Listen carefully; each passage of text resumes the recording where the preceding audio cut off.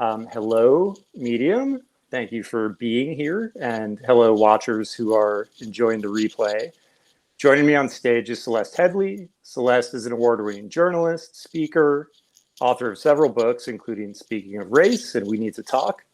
Today, we're going to explore some ideas from her book, Do Nothing, How to Break Away from Overworking, Overdoing, and Underliving, which you can buy on Amazon or Bookshop at the links below the video player. So we'll get right into it. Welcome, Celeste. Hello, thanks for having me. Glad to have you here. You open the book by saying this, and I quote, "We're overworked and overstressed, constantly dissatisfied and reaching for a bar that keeps rising higher and higher. We're members of the cult of efficiency and we're killing ourselves with productivity." What is the cult of efficiency? So that's a phrase that Bertrand Russell actually came up with almost 100 years ago when he was talking about the fact that we as a species seem to be losing the ability to just relax and enjoy ourselves without feeling a need to work all the time. And it struck me when I was reading what he'd written almost 100 years ago, that we'd gotten worse since he wrote that. You know, he'd been warning us about that before the Second World War, and here we were having made it worse. And so the cult of efficiency is basically, it's become a religion, this belief that your value comes from how hard you work, right? Instead of earning your way into heaven, you're earning your value as a human being by how hard you work. And you deserve good things in life because you have worked hard for them, right? Like it's this idea that we earn prosperity through productivity. We earn stability because we work really hard. We earn promotions, and the people who are wealthy are people who have worked hard for them, right? And there's also this idolization of wealthy people, that they are just smarter and better people and they know more about everything because they're wealthy. That's what this cult, and when I use the word cult very intentionally because it's not logical. Yeah. We're also using productivity and work to establish identity. Yeah. But it wasn't always this way. And I want to talk about how we got here. The modern cultural obsession with productivity is something that's relatively new, not entirely new, because Bertrand Russell was talking about this 100 years ago. But it is a consequence, as you write, of the Industrial Revolution, at least to a large degree. And you make a really fascinating point that resonated with me.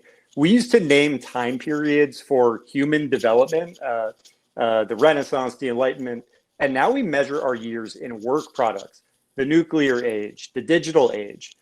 How did the Industrial Revolution change our attitudes toward work? What was it like before, and how did we get here? Yeah, all of this is pretty recent in human history, right? So Homo sapiens has been around for about 300,000 years and change. And for the vast majority of that time, our work was task-based, right? If somebody needed a wagon wheel, they went to the person who knew how to make a wagon wheel and they said, "1 wagon wheel, please." and that's what you did. You produced a wagon wheel and it took the time it took and you got paid to make 1 wagon wheel. When the industrial age came around, that's the first time that time became money, because it didn't matter how good you as an individual were at making wagon wheels. That's when we started to create the factory line, right? That's when we started to create machines that churned out wagon wheels. And so what mattered was how many hours could you spend at that factory line or sitting there doing one piece of that particular machine. And so all of a sudden, it wasn't your skill at producing whatever it was. It wasn't how great you were at carving a particular piece of wood. It was how much time do you have and how much do I have to pay you for your time? Time literally came to mean money. And that had never been true before in human history. And I'd never really been taught that. I don't think I ever really appreciated how much change that brought with it in our lives. Like, it brought so much change that we even have documented that employers began to literally steal people's times. They would sneak into the workrooms and change the hands on the clock so that the workers wouldn't realize that they were staying late, to literally steal hours of their lives. And it just, everything shifted. And of course, then we began to change everything, right? Then we started to make it easier to produce candles. Then we started to get electric lights so that we changed the hours of the day, right? A work day wasn't sun up to sundown. A work day came to mean whenever you were working. So pretty much everything about the rhythms of our lives changed. Everything changed. Technology obviously unlocked so much potential and progress, but it changed the way we live and more importantly, the way we work in ways that I think we probably take for granted today. Like you say, it wasn't that long ago when we were defining our work based on craftsmanship, when people were working more individually, and as technology brought us together and aggregated labor into bigger and bigger companies that consolidated one after the next, and that's still happening today. Power shifted from the individual to the organization, and it was no longer about craftsmanship, it was about volume. And that conflation of time and money is a relatively new phenomenon. You bring up how language changed too. It wasn't just how we worked, but it's how we talked. And there are a couple examples that I thought were really interesting and illuminating. Can you talk about those? Yeah, I mean, one of the biggest ones is this idea of pulling yourself up by your bootstraps, which we now say, you know, he really pulled himself up by his own bootstraps, right? Which is supposed to be a compliment. It was a joke when it first came up, because nobody, when that phrase originated, it was meant to be ridiculous, because obviously you can't do that. It was meant to be an insult and ludicrous. And it has since then become obviously a point of praise. There's other things true as well, like being punctual, things of being, even the idea of being productive has changed. So much about our language has changed to turn things that used to be precise into just kind of general virtues. Or turn something that used to be kind of a diss or a passive-aggressive insult into a virtue.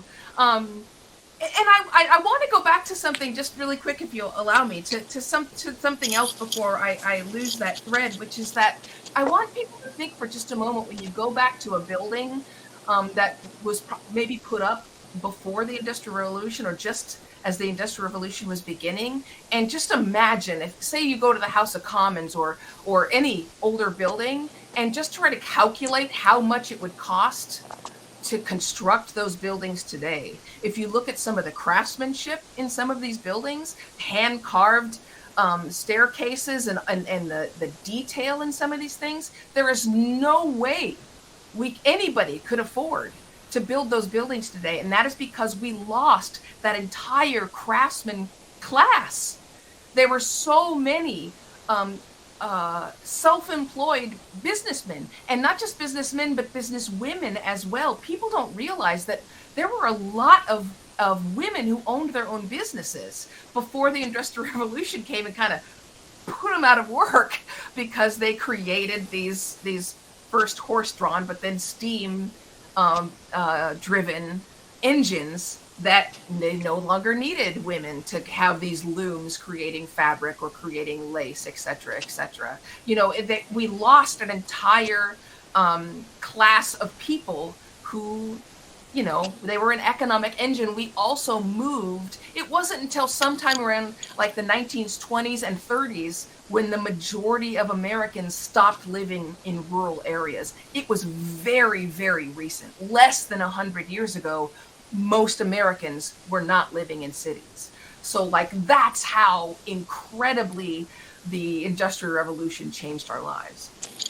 I think that's a really interesting point. The loss of craftsmanship and skilled labor, economies of scale have essentially boxed out of the marketplace these skill sets that were completely normal not so long ago. And like you said, you look at the ornate craftsmanship on historical architecture, we probably couldn't do that today. And if we did, it might be 3D printed and sort of a bad copy of what was done in the past. And it's hard to calculate what that loss actually means, but it feels profound in a way. Yeah, and think about what that means to us also emotionally when we talk about some of the emptiness that people sometimes feel, the lack of satisfaction and meaning that we sometimes get from our jobs. And you do employee surveys, and people talk about how one of the things they need the most is fulfillment in their work. Perhaps that might be what people have lost, is the sense of the unique talents and skills they no longer get to express in what they do, because what the spreadsheet one person puts out on Microsoft Excel looks very much like the spreadsheet somebody else creates on Microsoft Excel. When you're a cog in a machine that's seen as replaceable by the organization, it's hard to derive a lot of value and pride from your work in the way that one would assume folks did back when, hopefully did, when they were creating something, building something, when they had agency and were working for themselves or in smaller groups. Not that everybody was back then, and history definitely wasn't perfect, but that conception of work and how it changed definitely comes with some loss. And, I'm thinking as we talk about architecture and history, much of America was built post-industrial revolution. And when you travel this country, you don't find things that are very old very often. It's rare.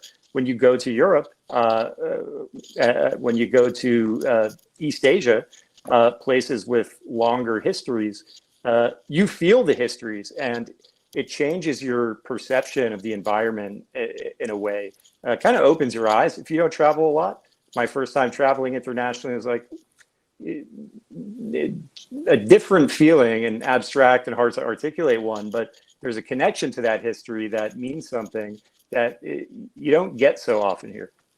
Yeah, and this is not me being a Luddite, an anti-tech Luddite. The point of so much of the technological advances, they thought, was that the tech was going to take over a lot of those repetitive, sort of mindless, less creative tasks that humans didn't want to do. And that would leave the humans free to do that very skilled, meaningful, fulfilling work that they wanted to do. But instead, we ended up shoving all these humans into this repetitive work and paying them lower and lower and lower wages, right? We ended up not using this tech for perhaps what we should have.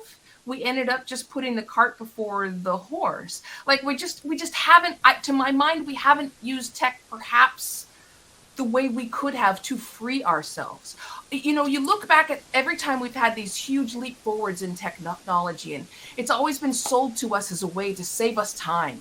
And it would, you look at these ads for like the washing machine or the dishwasher or the microwave, and you'll have this image, it's always of a housewife, rushing out of the house to go on vacation or go shopping or whatever, because she now has so much free time to enjoy herself. But then you think about that and you think, wait, I don't have more free time. So where did that time go? And it leads you to this idea that, okay, so if we aren't using all these technological advances to actually free up our time and allow us to pursue this more meaningful, creative pursuits, then what have we done with these great technological advances? And that's sort of the question I wanted to raise in this book is, let's be a little bit more thoughtful about this. Let's interrogate the decisions we've made over the past couple hundred years and maybe rethink it. Well, what is the answer to that question? Because you write about this, it was only a couple generations ago, I think, as we were kind of taking our first steps into the digital age, that economists were projecting in the very near future, the work week would be 15 hours because technology would replace so many of those repetitive tasks. We'd be able to do more with less. It would unlock a level of freedom that did not exist back then. Clearly, those were very optimistic fantasies. People are working more than ever, in fact. The work week is not 15 hours, it's more like 50 or 60 when it used to be 40 or less. So where did that time go? Why didn't the microwave and the dishwasher and all of this fancy software that we have available to us essentially for free, how did it not unlock our time in ways that we can actually feel today? There's a lot of different reasons for them, but let me focus on the economic one because that has been the most consequential. What ended up happening was, at this particular point, you have to look at the fact that in the developed nations, there's incredibly high levels of income inequality and wealth inequality. And the reason for that is while productivity has gone through the roof, partly due to these exact technological innovations that you're talking about, there was an economic choice to be made in governments and in the C-suites and in the leaders of our corporations. They could take that productivity and give us more free time and share that wealth, the profits from that productivity, so that people could say, okay, I can earn the same amount of money in 25 hours a week, right? When they do surveys, the majority of Americans say they would rather earn the same amount of money for fewer hours, right? But they chose not to do that because they became very nervous that that's exactly a decision people would make. They were very nervous that if they gave the same people the same amount of money for 25 hours a week, that people would in fact work 25 hours a week and go home and enjoy their lives. And then they would make fewer profits. So instead, if they kept income inequality high, meaning that those profits were siphoned away to a small minority in these companies, and they depressed wages, it forced the majority of the workforce to stay on the job longer. And as productivity kept rising, it made them have to continue to depress wages even more and more and more. And so now we are in this incredible age of historic inequality, where you can see that if you look at graphs, productivity has risen through the roof, wages have stayed relatively stagnant, whereas CEO pay, for example, has risen in some cases 1,300% and in some cases over 2,000%. So this is one of the big reasons why we have not been able to enjoy the technological innovations that have risen and that have led to a rise in productivity. It's because we have not seen the actual profits that have resulted from our rise in productivity. We haven't shared in those profits as a people. And so that's a decision we have to kind of make as a nation and as a world, is how we fix that. To whether we can wrest back our free time. And it's a question I ask in the book. I'm not an economist. It's not an answer that I wanted to put forward, but it is a question I wanted people to ask themselves. It's an ethical question. You talk about manipulation and exploitation of workers by organizations and employers. And there was one thing that really surprised me that I had never heard before. It's a quote from Henry Ford, and we're talking about leisure. He says, leisure is an indispensable ingredient in a growing consumer market because working people need to have enough free time to find uses for consumer products, including automobiles. So in other words, what he's saying is, we could work our employees to the bone, but it's actually in our interest as a corporation to give them free time so that they can spend money on the products that they're helping to produce. I just found that a really interesting reframing of capitalism itself, in a way, that employers were not giving a break to their employees out of the goodness of their heart, of course. It was in their own self-interest so they could sell more goods. Yeah, and Henry Ford himself changed his mind on these things, because at the beginning, as many people know, at the beginning of his labor troubles, he was very much a strong arm response. He used a strong arm response, and there was, some very violent fights where he brought in the Pinkertons and other men to come in and literally, in some cases, bash in the heads of the early union workers and activists and protesters who were battling for more rights. But an interesting thing happened after Edward Bernays, who was part of the propaganda arm of the war movement, and had decided that once he was no longer employed by the military, he needed a job. And he decided to put his skills as a propagandist to work for the US corporations, and sold them on the idea that he could use his exact same skills as a propagandist to convince workers to work harder. And he told them, and he wrote books about this, it's not hidden, and he told the leaders, captains of industry, look, you don't have to hire strike breakers. You can use these other techniques and be friendly, and you can convince themselves. You can use competition between each other. You can convince them that it's a virtue, that they can earn promotions, that they can become better workers. You can convince them that it's patriotic to stay on the job. You can convince them that it's religious. And this is the point at which you will see a number of captains of industry start making pacts and forming partnerships with religious leaders.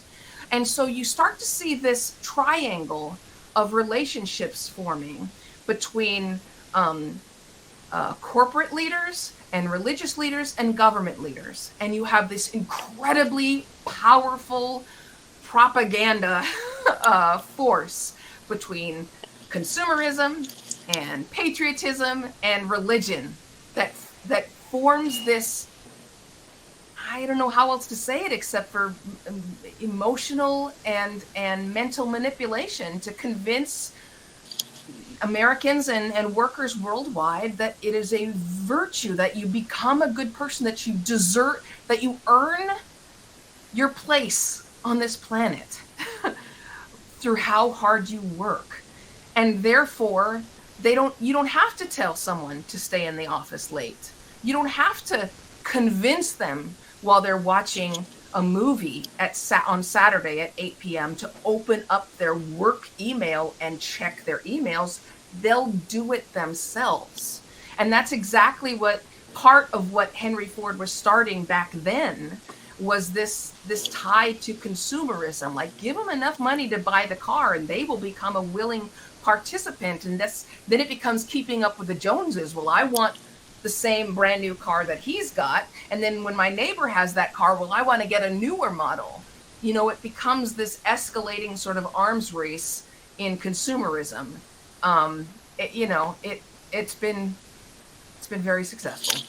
You had me completely rethinking the American dream itself. Something that's ingrained in anyone who grew up here as just de facto virtuous.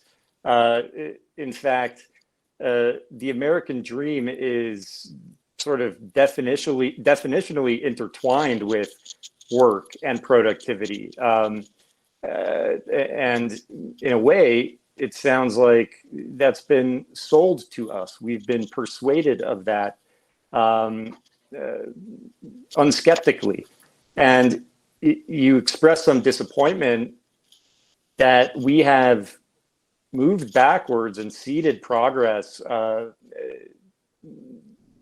in the labor force you know, the exploitation of workers in the 20th century in factories, you know, it's been written about. You touch on these issues, very completely horrible things, included turning back the clock literally in factories, which I had never heard of, but am not surprised by, unfortunately. We've ceded ground where our ancestors or forefathers or the generations who came before us fought to reclaim some rights and actually take back some power when they were being exploited. And now we're giving away that power, picking up our phones while we're watching Netflix, or volunteering to be on call 24/7. How did that happen? Like, what changed for us that we let that progress go? I mean, every generation has leaned in. You know, it began with that. You know, I'm not sure. I'm not sure we can. I don't want to blame our parents and grandparents, because it was also taught to them as a virtue, right? The idle hands of the devil's playground, right? Like, who started it in anybody's lives? Well, we actually have the records, we have the receipts. We know that it was intentional, it was extremely cynical, and that it was literally sold to us to manipulate us. But in our own personal lives, I feel like, yeah, it was our parents and grandparents, but they were sold it too. And they were sold it because their ancestors were so successful. Our ancestors fought and died to get an 8-hour workday.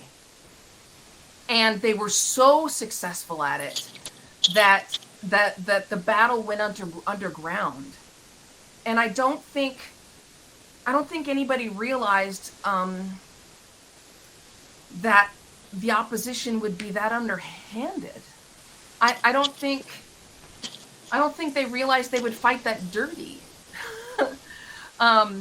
And so now we know. I mean, I don't think anybody now would be surprised by it, I guess. I mean, we all know people are that crappy. And so I think we can go into it with our eyes open now, and then we can reclaim that territory. But yeah, it was sold to our grandparents and the baby boomers and the greatest, especially the baby boomers. You know, I was just talking to one of my neighbors, and she's going to be eligible for Medicare. And I was like, okay, so what's your retirement plan? And she was like, absolutely shocked. She'd never made plans for retirement. And I was like, well, when are you going to retire? And she's like, I didn't plan to. And who have, like, I know the date. Like, I'm going to be so good at retirement. Like, I am going to be the best retired person ever, right? This is mind-boggling to me that somebody would not be counting down the days until they don't have to report to work, you know? And so, you know, do the baby boomers super lean into this whole thing? Yes, absolutely. Do I blame them? No, I feel bad. Like, imagine, you know, having your whole identity wrapped up in a job title. We see it every day in American politics. Our representatives are getting older Dianne and older. Feinstein. And they won't leave office. Put your feet up. For God's sake, Mitch McConnell, that long gap of, like, silence. I'm like, Mitch, go home. Do you not want to, like, sleep in? Like, what are you doing? It's madness. We're starting to see, I think, the germs of a new labor movement forming here. The pendulum is starting to swing back the other way. You have workers organizing at some of the biggest companies that we have. Amazon, UPS was in the news this week. We're watching what's happening in Hollywood with actors and writers. What's your point of view on what's happening? How do you see things evolving over the next few years? What happens next? So millennials and especially Gen Z are not having it. They are not having it. I am Gen X, and I will tell you right now, the younger people will not tolerate what my generation tolerated, and I freaking love it. They are being called entitled or whatever, and it doesn't seem to faze them a bit. And I say, freaking go for it. And it is possible that they're going to lead a revolution in labor, and I am here for it. All of it. The only way we are going to address income inequality is through exactly what is happening. It's interesting. I don't know if you've been following the whole acquisition of Activision Blizzard by Microsoft. Yeah. So, Microsoft is the only tech company that has not been anti-union. And one of the reasons that Microsoft has not been, and I'm simplifying, I'm so simplifying this in order to keep it short. One of the reasons they have not been anti-union is because Microsoft does have ties with a number of German executives, and Germany has unions in most of their companies. Like, that's how they do business, right? And so there's no fear in a German corporation of a union. That is literally how they function. And so I was speaking with a Microsoft executive who happens to be German but has lived in the United States for a really long time, and they were like, yeah, like, Activision, this is one of the things that we can, tempt the Activision Blizzard employees with, is like, yeah, we're not afraid of you guys threatening a union with, like, why would we be afraid of that? And I see this all over the place, is like this idea that collective bargaining, which is, again, nothing to be afraid of, could be the way in which we suddenly are able to even the balances out and reclaim some of the labor that has literally been stolen. Yes, some people think it's orcas attacking yachts. No, I think it's a rise of the labor movement. And again, when I say stealing labor, I mean that quite literally, because if productivity is rising, but wages are not rising, the profits from that productivity is going somewhere, right? Like, many economists will tell you it's impossible to become a billionaire fully ethically. And, it's time to fix that. And so, yeah, I'm all for it. Absolutely. Let us recreate the exact same labor movement that our ancestors had to do, but hopefully without dying, a little bit more peacefully. Well, the beneficiaries of their work were the boomers and Gen X to a somewhat lesser extent. This is a little reductive, but at least directionally true. So it stands to reason that those generations that were rewarded with the ability to achieve the American dream and to become very wealthy, or at least live a comfortable middle class life with one job household, maybe it makes sense that they ceded some ground because they were getting what they wanted in a way, which is exactly what Henry Ford, I think, was trying to make happen, or what he was alluding to in that statement he made. Now, achievement of the American dream is not so easy, and it seems entirely out of reach increasingly, especially for younger people. So it stands to reason that the labor movement might see a resurgence, and it's very interesting to watch what's happening today. And when you zoom out 10 years, with so much power and wealth accumulated at the top, where does it end, or how does it end? I mean, we can't answer that, but it's an interesting thought experiment.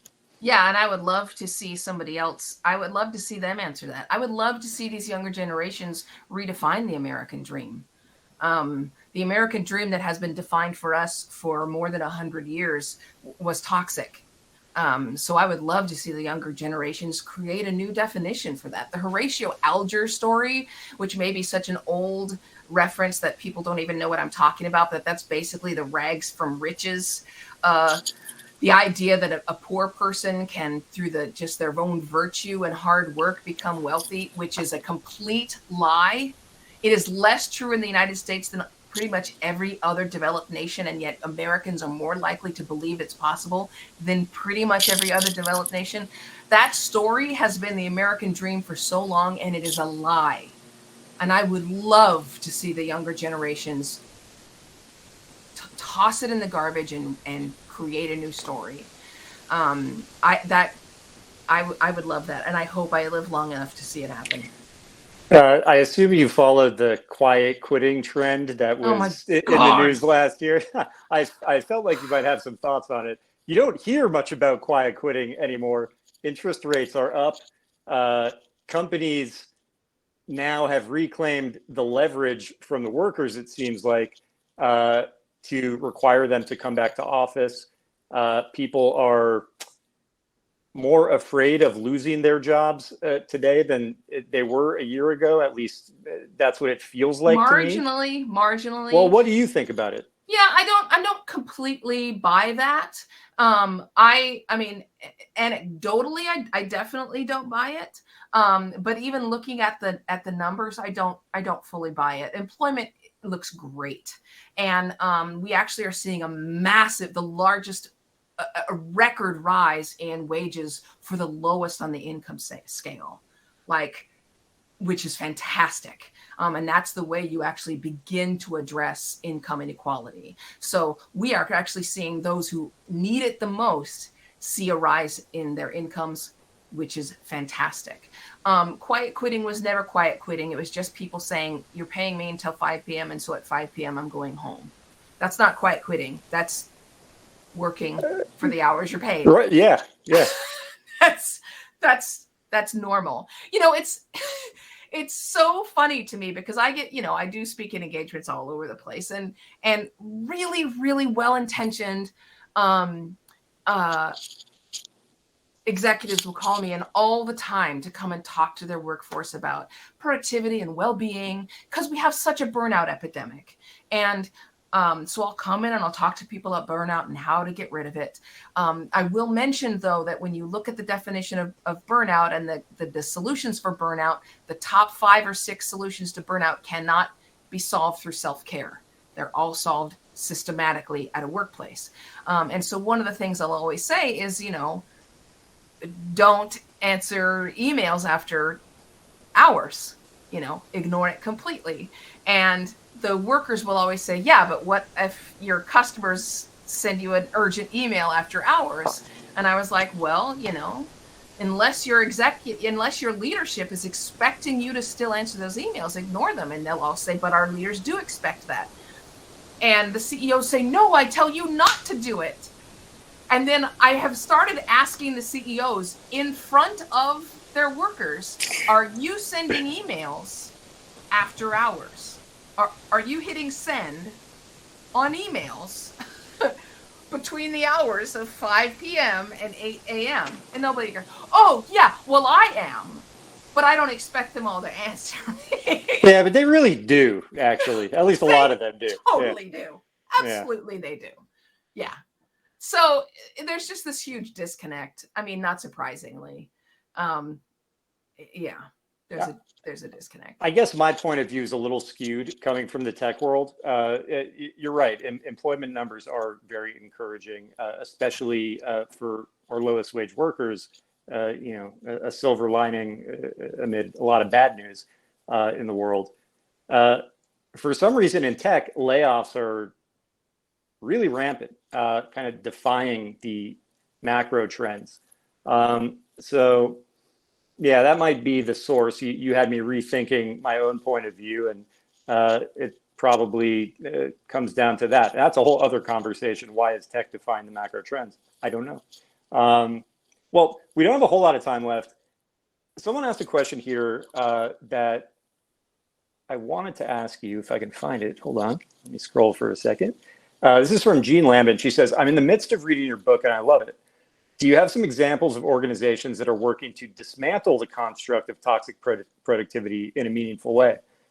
Yeah, are there any? I can't think of any. I can actually. Salesforce, the CEO, just pretty much canceled meetings. He came out of the pandemic and said, take all regularly scheduled meetings off your calendar, meaning that he's not saying you can't have regularly scheduled meetings. He's saying every meeting has to be interrogated and there needs to be a reason that it goes on the calendar. You can't just put a meeting on the calendar and it just appears and happens, every Tuesday or whatever, because it's there, right?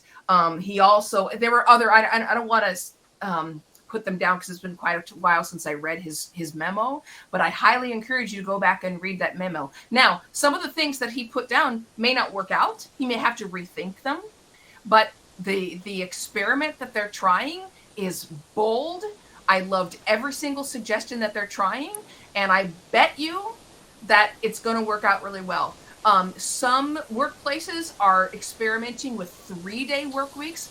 I will tell you right now, there have already been years and years of experiments with 4-day work weeks. They've all of them have exceeded expectations. They've seen no diminution in productivity. In fact, over half of those have seen a rise in productivity when they cut down to 4-day work weeks. That was my next question. Why haven't they caught on? Because I've read some of that research and it seems to be encouraging and support the value of it.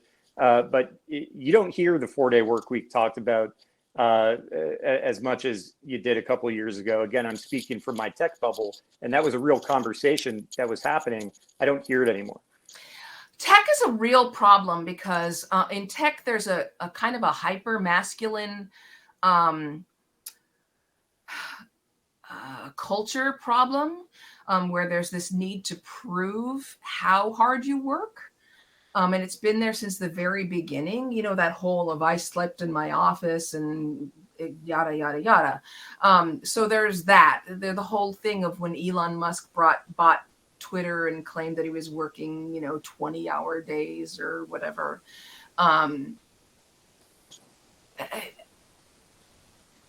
That tech is a particularly tough nut to crack. But for the most part, managers, it's all fear driven. They're just too afraid. They're afraid. Number one, they are still thinking of themselves as managers who need to manage their employees rather than hiring talented and smart people, and then thinking of themselves as coaches who let their people do the things that they've hired them to do. So that's number one. And they're also still managing people leading people as though it's the 19th century. And it's, we haven't come forward 200 years. So yeah, it's just fear. Get with the times. Yeah, 4-day work weeks are great. The fear probably comes from, to a certain degree, once you institute the 4-day work week, you can't ever really put that toothpaste back in the tube.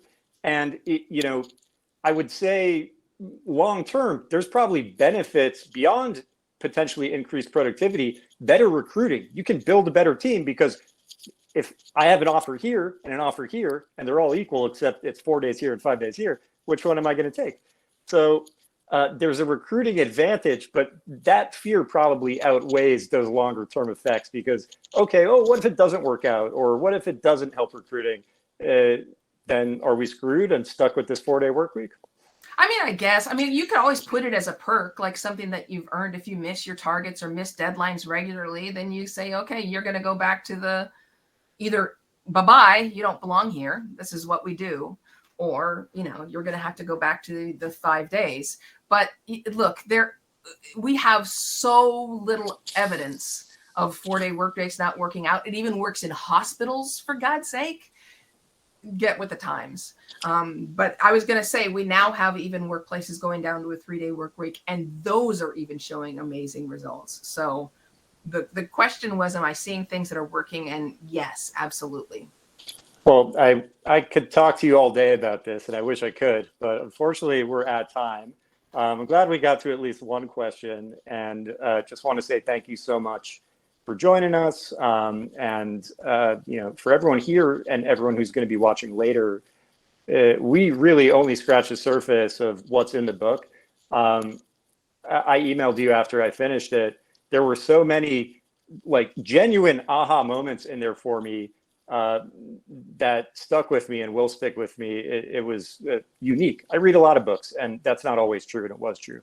And Thanks. the first half, the research is so deep and extensive. And then the second half, which we barely got to, is what are the solutions to these problems? So I guess you'll have to go out and buy the book to find out. Yeah, I appreciate it. Thanks so much. Definitely. Thank you, Celeste. Have a good one. Bye.